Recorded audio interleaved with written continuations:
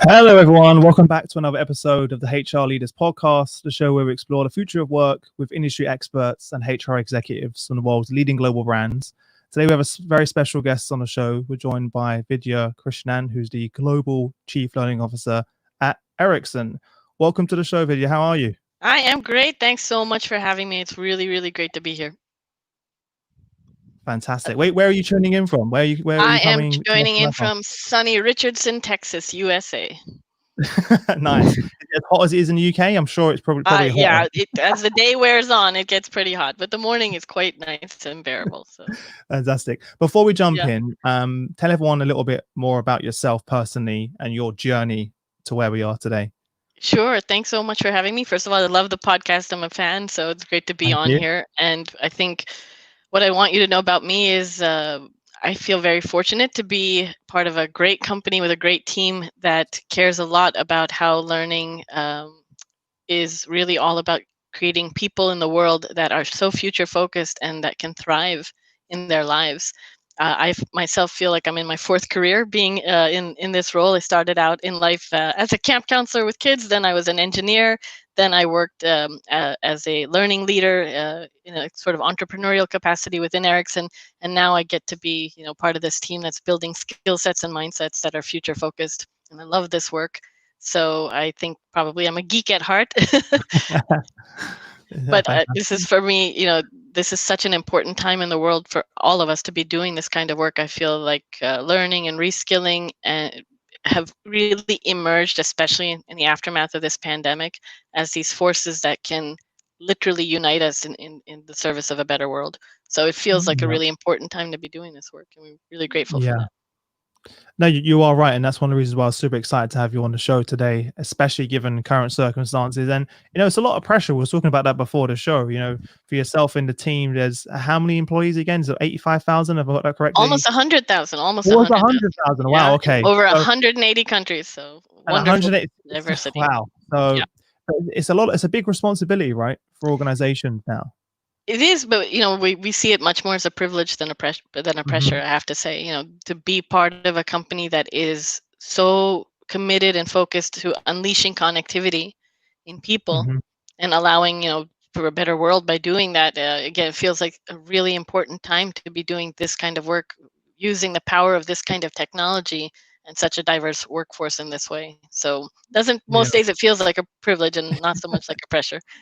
No, I didn't put it that way. I mean, it definitely is, and we've seen that. We're talking about the Edelman Trust Barometer before the Yeah. show, right? And the research that came out of that, which was pretty amazing. For everyone that hasn't seen that, go and check it out as well. But the first thing, what was the thing that you mentioned? I was talking about the fact that obviously people look to their organizations, right, for Yep. direction Yep. and insights. And you also mentioned something else, which I Yeah, for me, why are they looking to their organizations for that trust? The Edelman Trust Barometer 2020 report says that about something like 58%, like 6 out of 10 employees worry about losing their jobs because mm, specifically of a lack of skills and training.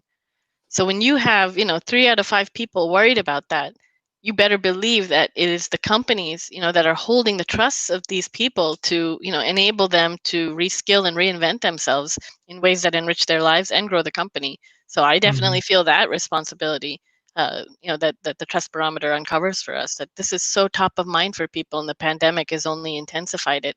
They are looking to their companies for the direction on how to reinvent themselves, what to become, what to yeah. unlearn.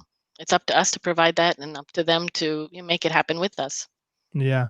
Well, it's such a huge feat, with over nearly 100,000 employees, 108 countries. How do you go about creating a culture and an ecosystem that can help your employees continuously reinvent themselves?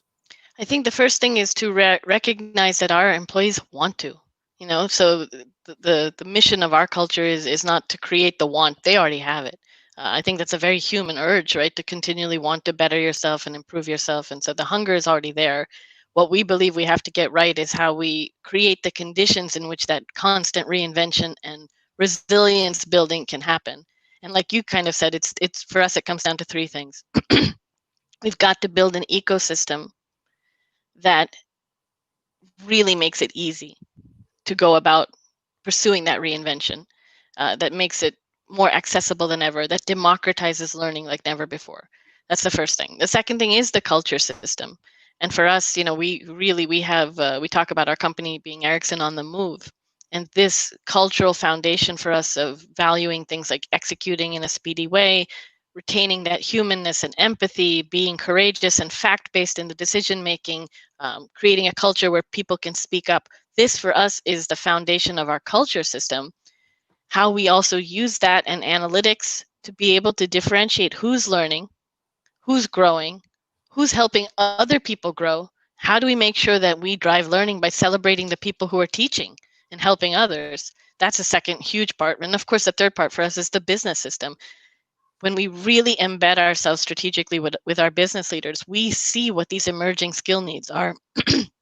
We see strategies they need to be successful, to make our customers successful, and we know how to be proactive rather than reactive in making sure that the directions that we're heading in with our people are things that are showing up in the flow of our work and really driving amazing outcomes for customer experience and employee experience. So for us, Chris, it's those three things. It's the ecosystem, culture system, business system.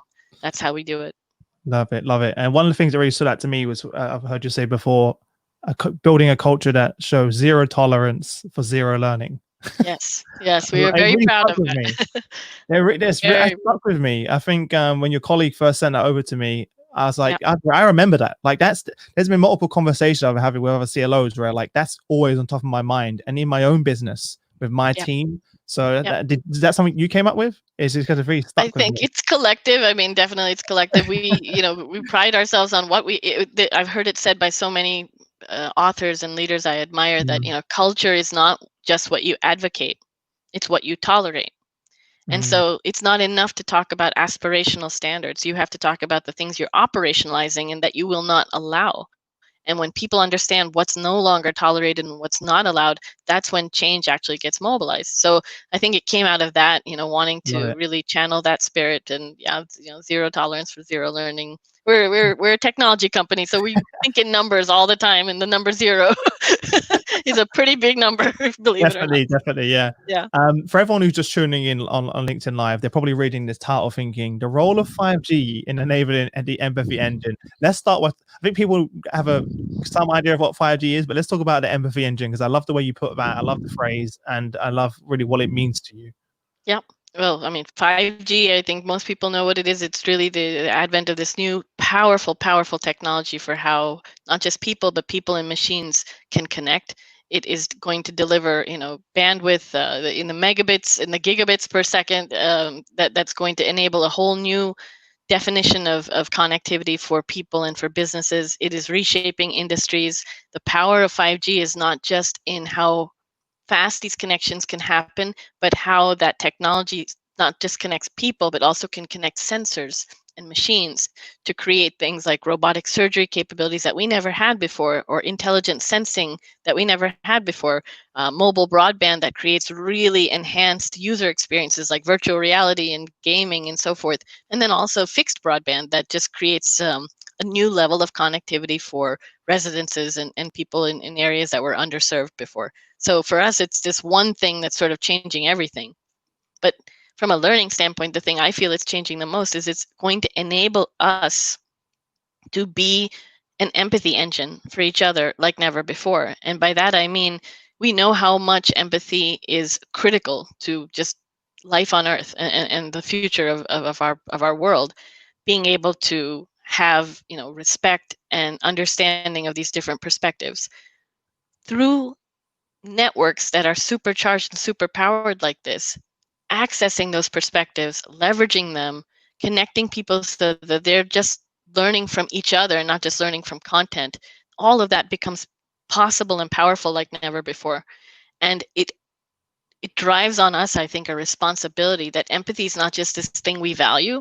It's not just this thing that we want to have, but it is this thing that we deliberately engineer at scale, thoughtfully, in the things that we build and the ways that we conduct our business. So for me, that's why 5G, it's sort of a watershed moment, I think, for the virtual learning movement, because it allows us to attain digitally this new level of authentic human connection. Hmm. And we have to use that, with great responsibility and care.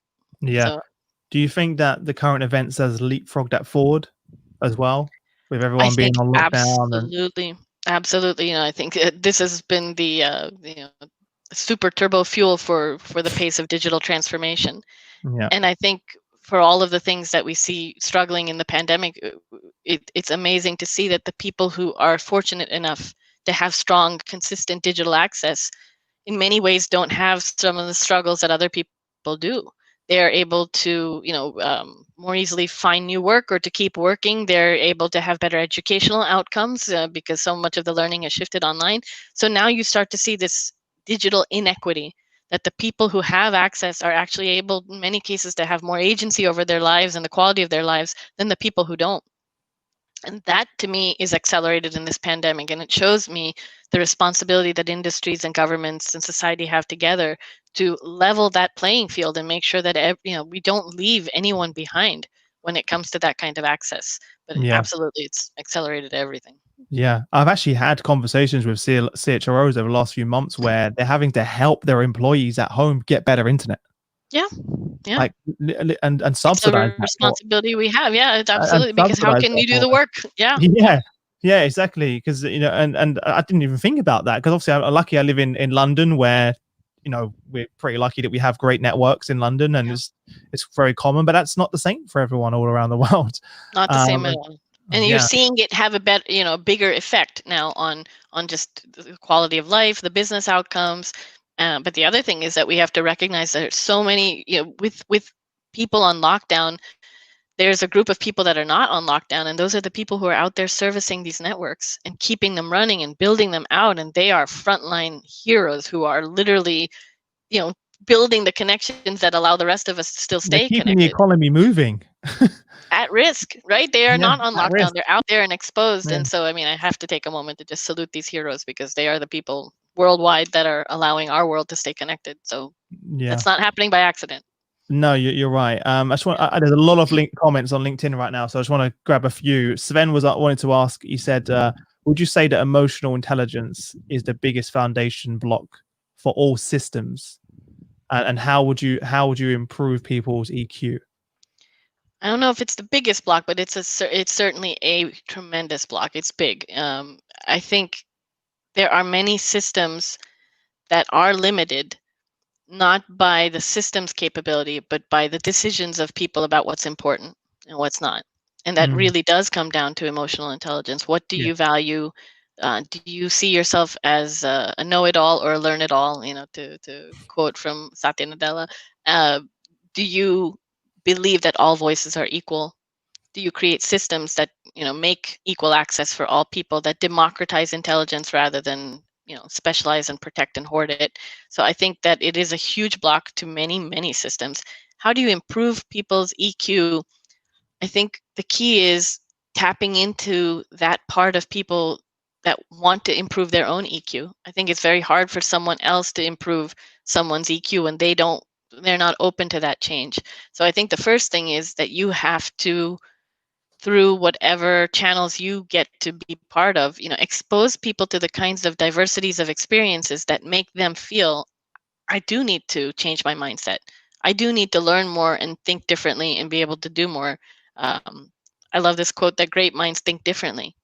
So I think that is a huge part of how you improve people's emotional quotient. It's what you choose to tolerate and what you choose to no longer tolerate. And one of my colleagues, Selena, I think, says, "Oh, it's what you stand for, what you don't stand for, and who you stand with." I think that's what I would say about how you love it. improve people's emotional quotient. Hmm. How have you gone about supporting your leaders through this time? For them having to be lead during such disruptive times and times of crisis, many of us, if not most of us, we're not prepared. I can certainly say myself, I struggled with, as a CEO of HR leaders leading my team during this. What kind of support and guidance have you helped provided your leaders, and how have you prepared them? Yeah, you make a great point. I mean, preparedness in general can only take you so far. There's certain things that we just can't be prepared for. So, we recognize that as well. There's very few people who could ever say truthfully, I was prepared for this. So we know that that's part of just being human, right? That we were not prepared for this in certain levels. I think the biggest way that we've tried to support our leaders is by making it easy for them to get access to each other, to help, to best practices on how to take care of their people, how to take care of themselves, how to get things done in a virtual environment. We have found, for example, that in our company, we're deploying Degreed. More and more of our company are on it. They are using this learning experience platform to access not just content, but community. And we have been able to use this in a really powerful way to say within a day, within 2 days, here's a pathway, and here's everything you need to know about best practices that come in the form of little podcasts like this one, or actual courses about how you can take care of yourself, how you can take care of your teams, how you can keep the channels of communication open. So I think us being really proactive, and I think also transparent, to make it easy for our leaders to connect to these resources, but also to connect to one another, share what's working, what's not working. I think that's one of the most important things we've tried to do to, not only take care of our leaders, but tap into their leadership, because they've been doing remarkable things. And that local innovation that they are doing every single day, we want to tap into that and actually spread it around. So we've been supporting them, and they've definitely been supporting us. Yeah, just out of curiosity, because I know a number of, again, CHROs I'm speaking to are reassessing the different LMS partners right now. They're like, actually, this probably isn't what we needed right now. And why Degreed? I don't want this to be a sales pitch, but there's so many of these platforms out there, right? And I feel like I want to hear from your perspective as a chief learning officer why you end up choosing Degreed, because I think there's so many people that are going to listen right now could benefit from hearing what you value and what's really had an impact on your employees from it. I think for us, we really were very diligent in doing our homework, and really came to the conclusion that Degreed could help us be an empathy engine, because it combines features that we know are powerful. We know from the way people use Facebook that they appreciate getting a feed that's somewhat personalized and tailored to them. We know from the way people use Spotify that they care about having playlists that they can create, and playlists that they can tap into, which are pathways. We know from the way people use Twitter and Instagram that they don't just want to connect to content, but they want to follow people and see what they do and learn what they learn. And Degreed gave us all of those capabilities that we felt were critical in allowing our employees to come together on this platform and learn not just with each other, but from each other. And that ability to further democratize and simplify how people get access to learning. Because before this, I think people, no matter what you offer in your content library as a corporation, people still are programmed that the first thing they think of is, let me go Google something that I'm looking for. And they miss, all the incredible proprietary stuff that you may have within your company. And so the idea that now with one interface, they could get the kind of powerful search that would return not just the things that are inside the company, but the things that are outside the company. And as we're doing that, we're learning about them. We're learning about their skill profile. We're helping our company take better inventory and self-inventory of their skills and their skill progression. I think those were the reasons that that attracted us to it, and that those are the use cases that are coming out to be the most powerful ones that we see. Yeah, well, that kind of leads on to my next question. One of the key questions that keeps coming up in my community all the time, which I was interested to hear is how do you reskill employees during this? How do we build skills for the future now? Because we've kind of realized we're pretty vulnerable. Absolutely. I think first of all, we recognize that employees really are ready to reskill themselves with our help. And so we have to recognize that so much of the drive and the needs come from their firsthand experiences. So to some extent, I think part of this is the way we sense and discover and detect, and maybe we say scout for where and what directions do we need to go in order to reskill. And that is absolutely, the derivative of the business realities that they're facing, the challenges that they're facing in their teams, their realities, being able to sense those and collect those and respond and react and anticipate those. So that's just about, how do we operationalize that kind of sensing and listening. I think Hmm. the second thing is, how do we then build the shifts, creating not just programs, but really making sure that project-based learning, the things that they do, that reskilling is what happens to you on the way to solving a problem. Reskilling is something that happens to you on as part of onboarding into a project. So I think we feel, and we have a long way to go here, but we feel very strongly that more than just having these sort of global programs that are powerful, they can lay a foundation. But the deepest forms of reskilling will happen because people are doing them on the way to solving problems in I the love midst that. of working on their projects. And they Hmm. will get them not just from content and community, but from great teachers, subject matter experts around them who feel responsible for teaching others and creating more of them. So I think that's the shift part. And then the third part is really how do we scale and do this in an agile way. So it's not that we go off into a cave and build a program for a year and come back and, hey, no one needs it anymore, but that we are iterating constantly and taking things that are working locally and cross-pollinating them. And that's about the infrastructure that you use to do that scaling. So for Yeah. us, it's that three-step model, but extremely iteratively Hmm. scout, shift, and scale. Yeah, I love the way you put along the way, you're learning skills along the way, because that's how I try to explain it to a lot of friends. My friends always say, Chris, you're good at doing all these different things. I'm like, I'm really not, but I learned the skill along the way. If I'm building our website or our podcast or a PC for my team, when I first did anything of those, I was learning the skill along the way and acquiring them as I'm doing it. So To not solve a only, problem. yeah, to solve a problem, exactly. And not only am I having the end result, but now I've acquired a skill. So for me, that's like I'm super excited about that. For me, that's the one reason I'm so passionate about learning, is not only Yeah. am I learning the skill along the way, but then I also have I'm like, wow, now here is the result of my hard work. It's Yeah. like it's like a drug for me. I'll be honest. It It is sounds a really drug. It's extreme. unlocking Um, superpowers you didn't know you had, and it's what you do on exactly. the way to solving problems. And I think that is the most powerful thing we recently saw within our own company. These are really super busy people. We had the opportunity to participate with other companies in the White House on a hackathon around COVID-19. I think the call to action went out at 6 o'clock on an evening, and by 7 o'clock they were looking for 100 people. By 7 o'clock, things they had 400 people signed up. These are really super busy people. They all signed But if up. you're passionate It about it, right? involved Yeah. very passionate. It involved data science. It involved things that many of the people who signed up, myself included, did Hmm. not know enough about.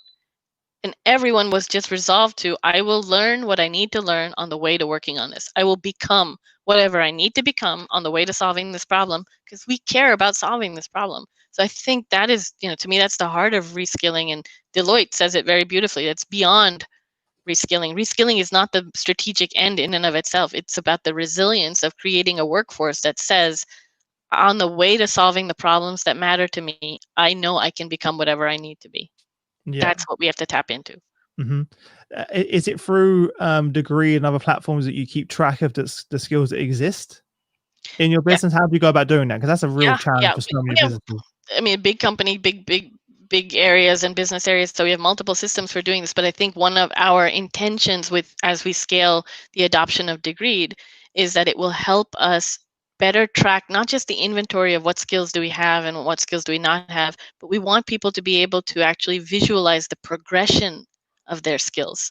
So that when Okay. I look at you, Chris, I don't just see Yeah. that, you're a level 6 in agile and you're a level 3 in this and you're a level 12 in podcast. I see that over the last 6 months, you went from level 6 to level 8. You went from level 12 to level 15. You did this, and you see your Mhm. progression It's as very well. This is motivating. very Yeah. important to us, and that it also helps our people. So it's not just inventory for the sake of like the central inventory that we want to collect, but that when people can feel that their progression gets visualized in this way, then they also feel that learning has a consequence, that their learning is going to lead to positive differentiation of them when it comes time to nominate people for things, recommend people, hire people, promote people, that progression, and maybe also the way they teach other people and the credentials that they've earned and the certifications and assessments, that these things that they're acquiring will actually set them apart and show up in all the right places where the decisions are being made. So yeah, definitely we look to not just Degreed, but definitely Degreed as maybe the overarching system to help us do this meaningful profiling and inventory. Yeah. Do you think another thing that's come up a lot is the transformation of the learning function itself? Oh yeah. I'd love to hear your thoughts on that, because I have spoke to some CLOs whose learning function means something completely different to to the others, and the organizational perspective, the value that's put on it, the culture. It seems to be many organizations are stuck in the past. Vast majority, actually, unfortunately, I speak to, seems to be stuck in the past. So I'm wondering, how have you seen the learning function evolve?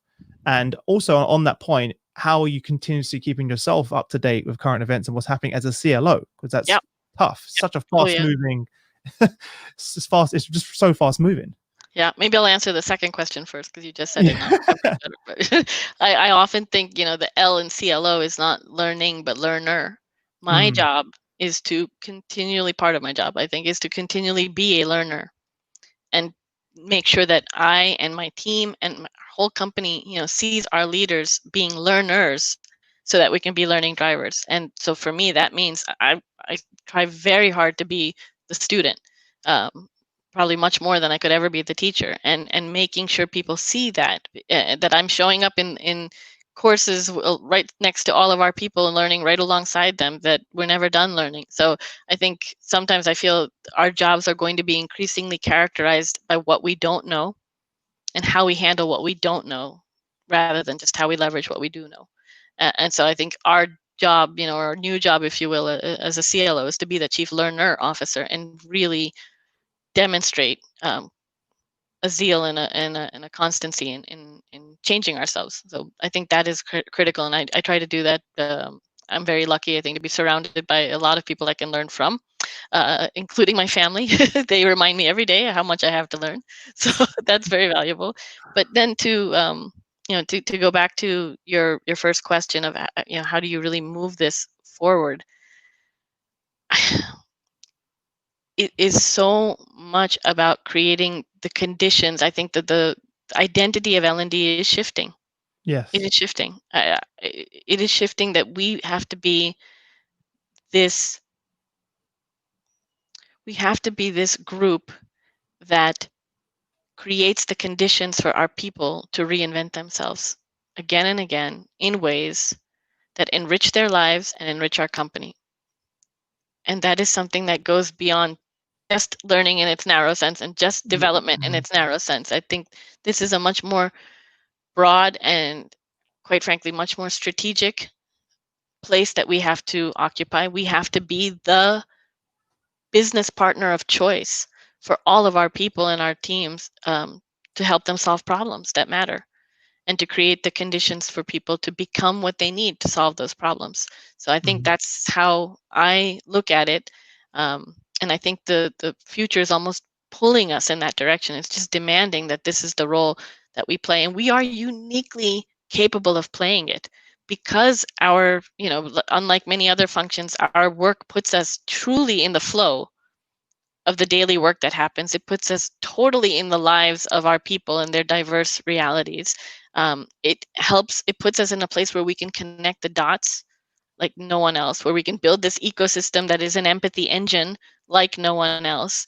And therefore, I think that becomes our new mission. And we are thinking about that every day. We're trying to figure out what is that future state, but we definitely see it as, creating the conditions for people to constantly reinvent themselves in ways that enrich their lives and enrich the company. It's super exciting.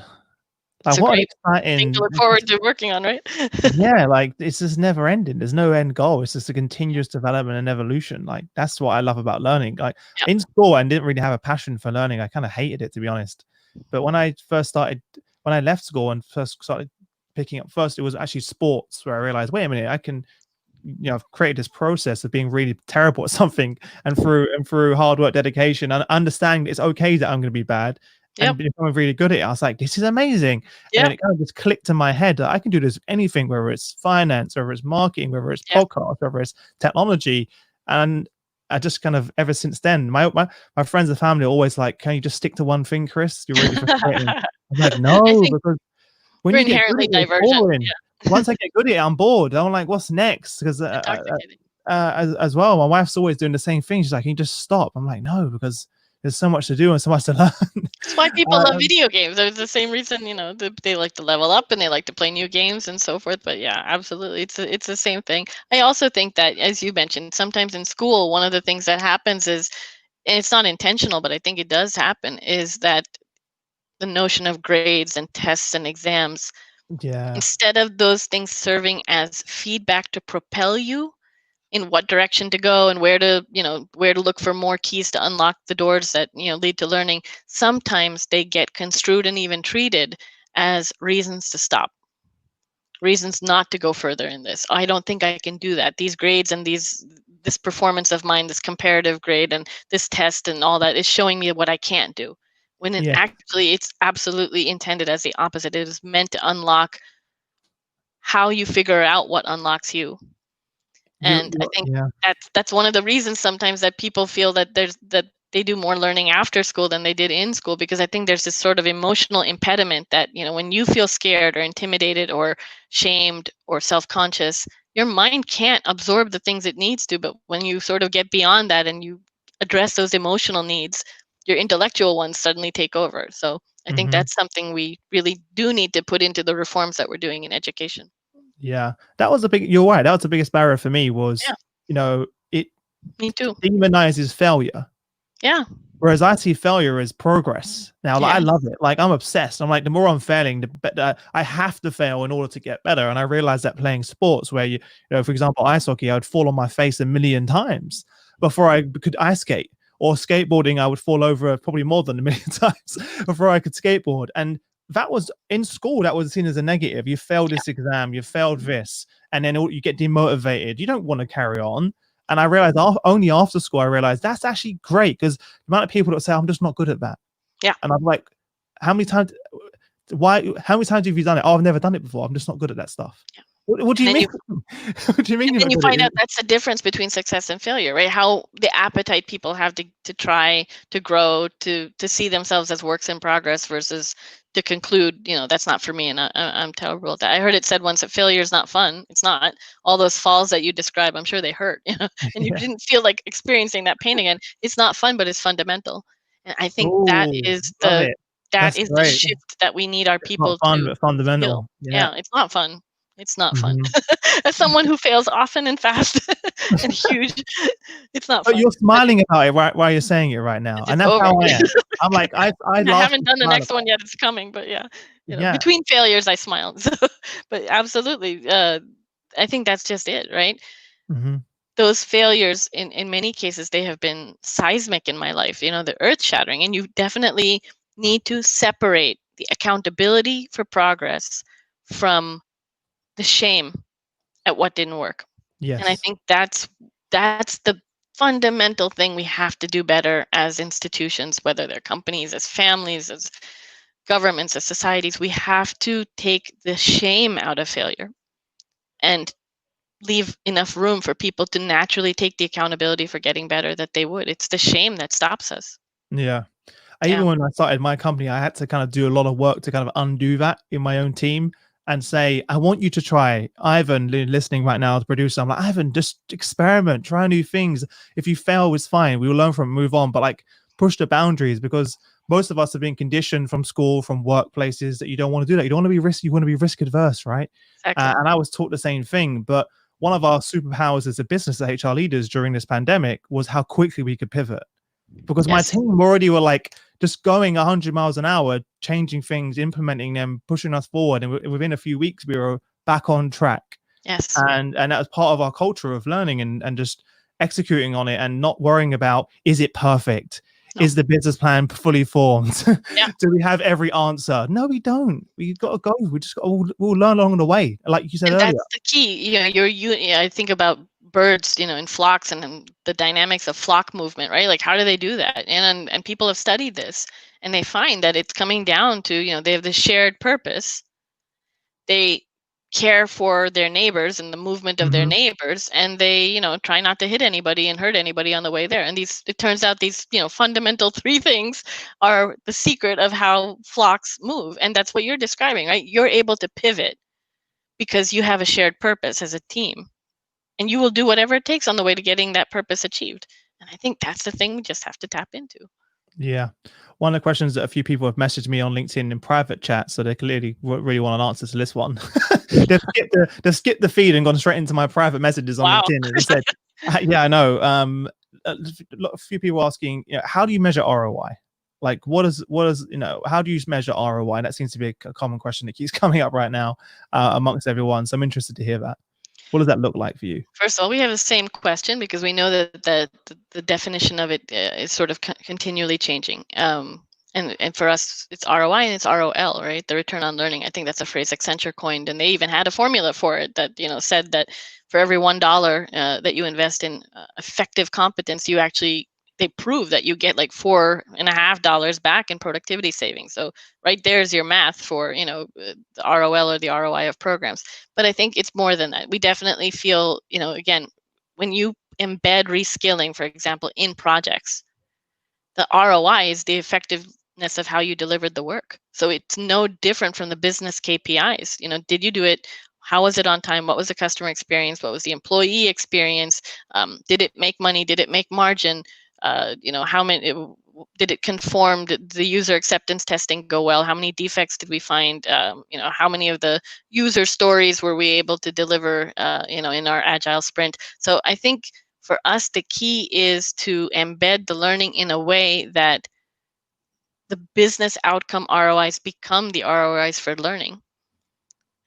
Because definitely there are separate ROIs that we do care about, right? We care about personas and what they think and how much would you recommend this experience to other people and how valuable are you finding it and so forth. But I think by and large, we know that those are maybe, secondary metrics in the service of the primary ones, which are the business metrics. And so I still keep coming back to, we definitely need to mature in our analytics capability. We need to be able to see that business impact, not just at the end of a project, turning around and looking at what's already finished, but in the flow, looking at metrics that are not just rear facing, but somewhat pre-indicative metrics of what's to come. And using those metrics to say, when we deliver a project, and when I, maybe as a business owner, am delivering my profit and loss, when I stand up in front of you at a business review and I show you, here are my results, here's the money I made, here's the margin I made, here's the quality of service for the customer. If I also don't stand up and show you the skill shift that my team accomplished doing that, then I have just given you an incomplete business review. And if all of those indicators are green, but my skill shift is red, I didn't have a good quarter. I think that's the shift that we are after. And when you do that, then the ROI of learning absolutely is simply, the ROI of the business investments that you're making. Love it. I'm so glad I asked that question now. And I think we're asking too. We don't have the answer. This is just what we think the answer is in that direction. But we're after the same thing. No, it makes sense. What are the most common questions that you get from, just out of curiosity, the business leaders now? Have you had a lot of much more business leaders kind of flooding into your email inbox given the current event, saying, Vidya, how do we what do we do right now with everyone working remotely? Is that increased the work you do? And just out of interest? First of all, I think the thing I'm proudest of is it's not people showing up in your inbox. They're literally like standing virtually, at least side by side. They're on live meetings with you, and you got a whiteboard open, and they're telling you what they think. So there's not an inbox transaction. It's like, okay, let's talk about this right now, which I love because it just shows that the passion is not just within our function, right? The passion to really make learning a strategic part of the business is coming from the business. So it's our moment to not waste, and it's our opportunity to to not miss. So I think definitely, but their questions, to your point, what are they asking? Their question: how can you be more strategically involved upfront, so that the strategy we are setting is not just a portfolio strategy or product strategy, but it is also a people strategy about how we're going to shift our workforce to create the capabilities to deliver that solution and to do it in that way and to satisfy that customer value proposition that we've got. So that's the first and foremost thing. How can we have you, more strategically immersed in our business so that you are not listening and reacting to us, but you are literally sitting there sort of advising and co-owning and sensing what's needed, and then co-creating that with us. So I think if I had to, bucketize all the questions that I get most often, they're all of that nature.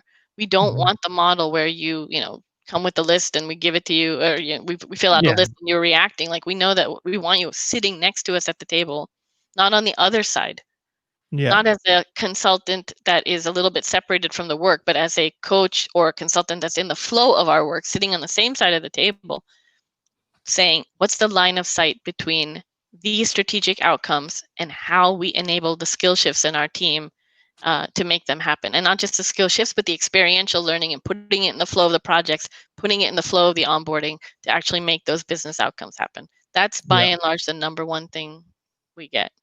Well, that's a testament to the culture of Yeah, learning you've built, because learning I think doesn't that we sit within have. learning Yeah, function, right? It sits with every leader, every employee within the organization. The responsibility is not for Vidya and the team; it's for no. everyone in the organization. And I wish I could say that was common in most companies that I speak to. We But don't look at it like we're there. We have it, going on, and it's for us too. We don't believe that we're there yet. We believe that Mhm. it's just this thing that it's work that's never done. But we definitely feel that there is a shift in our culture where it's becoming much more explicit that if a leader is not a learning driver, then that leader is not good enough, and we are ready to say that Yeah, and amazing. make it happen. And we believe that. We see that. We see that the teams that are delivering the best outcomes, business outcomes, just happen to be the ones that have the best, most active peer and team learning culture, where the Mhm. manager is demonstrating, not only is he making it safe or she making it safe for people to learn, but is actively him or herself demonstrating being a student all the time. And the team is going on a learning journey, not just the individual, but the team is taking some responsibility for what do we need to become at the end of the year. So you're not just doing your goal setting individually, you're doing it as a team. And the goal includes that skill shift. And we don't see enough of that, but we are starting to see very clearly there's just an undeniable correlation between the teams where that happens and the teams with the best results.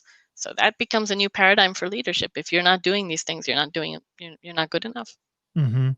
And that only just kind of compounds, when each of those employees become a leader. That's again now part of the culture of their leadership, and because that's what they came from, and it kind of just kind of blooms from there. So it's like Yeah. super exciting. If you define a leader as someone with followers, which I get from this beautiful book of by Marcus Buckingham and Ashley Goodall, with 9 Lies About Work, they talk about leaders are people with followers. Why would people follow you? They will follow you because they believe and trust that you have a genuine empathy for how they get better and how they reinvent themselves. Yeah. So, Well, what a coincidence, because the Marcus Buckingham Company is actually sponsoring today's show.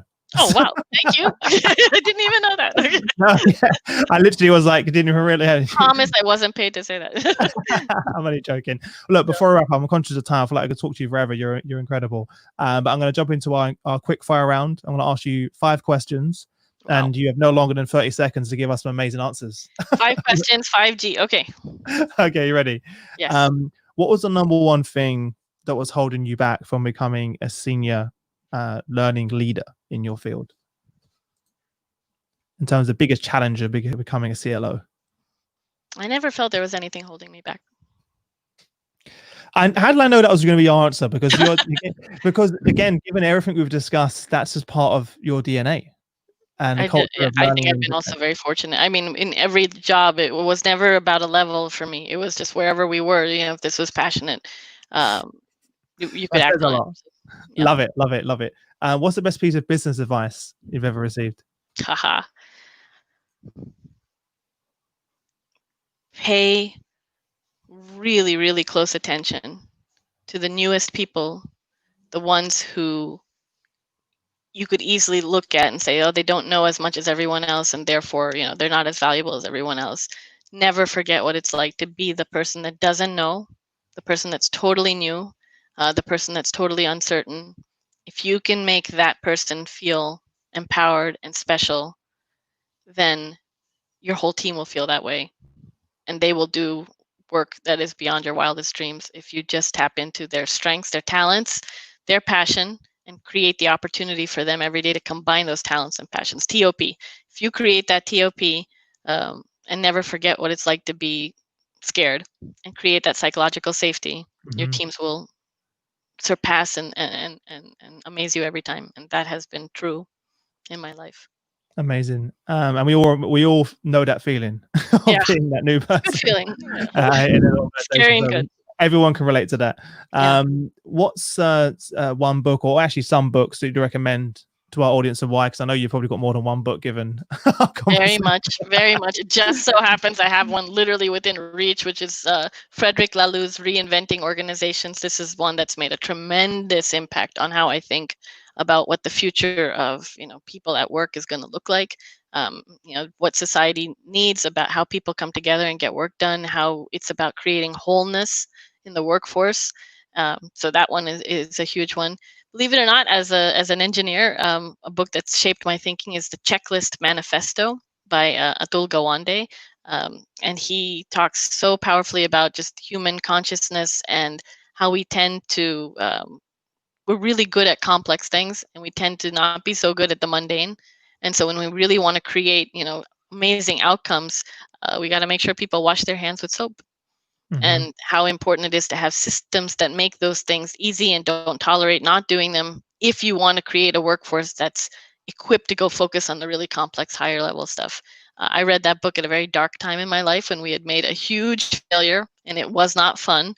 And we were figuring out how to recover from that and do right by our customers. And that book in many ways changed my thinking about how to get better and how to tap into our own power to create predictable, high quality outcomes in a crazy, dynamic, changing world.